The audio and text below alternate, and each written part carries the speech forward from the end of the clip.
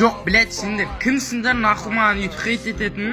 Мен сендерге хейт ететіндей не істедім? Сендер бірінші білесіңдер ма рейтинг хайлайт түсірудің қандай қиын екенін? Рейтинг хайлайт хуйня, ол тұрсын әшін ойнап түсіресің. Сендер озвучканың қалай қиын екенін білесіңдер ма? Ол видеоны түсіресің рейтинг хайлайтты, капкутқа кіресің, экспорт жасайсың, экспорт 3 минут, 10 минут болады. Оны еще алып мютуға саласың, озвучка жасайсың, қиын қате болып қалса қайтадан дұрыстайсың, өшіріп қайта істейсің, качество дұрыстайсың. Сендер үшін TikTok түсіру оңай дейсіңдер ма? Бірінші TikTok түсіріп көріңдер. Блядь, какой-то бір топ деген бір 3 әріп сөздерін көп көрдіңдер, бля, вообще түсіне алмайсың. Қазақ қолдамағанда ертең орыс өзбек келіп қолдайды дейсің ба?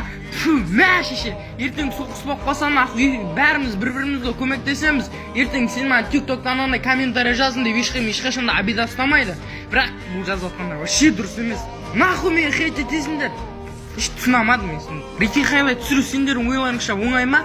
Түсіріп көріңдер, ал хейтерлер түсіріп көріңдер, бағалайым ертең. Блядь, мютуға кіріп шеше ананың, блядь, качествосын дұрыстауға қанша уақыт кетеді, ананың экспорты қанша уақыт кетеді. Сендер ол түстеріңе де кіріп шықпайды, ол жетті ұйықтасаңдар да. Сендер ойланбайсыңдар, нахуй сендерге ойлан. Еңбектеніп атқан біреу, ал сендер просто келесіңдер, хейт етесіңдер. Хейт еткенше бар ғой, чисто өткізіп кете салыңдар.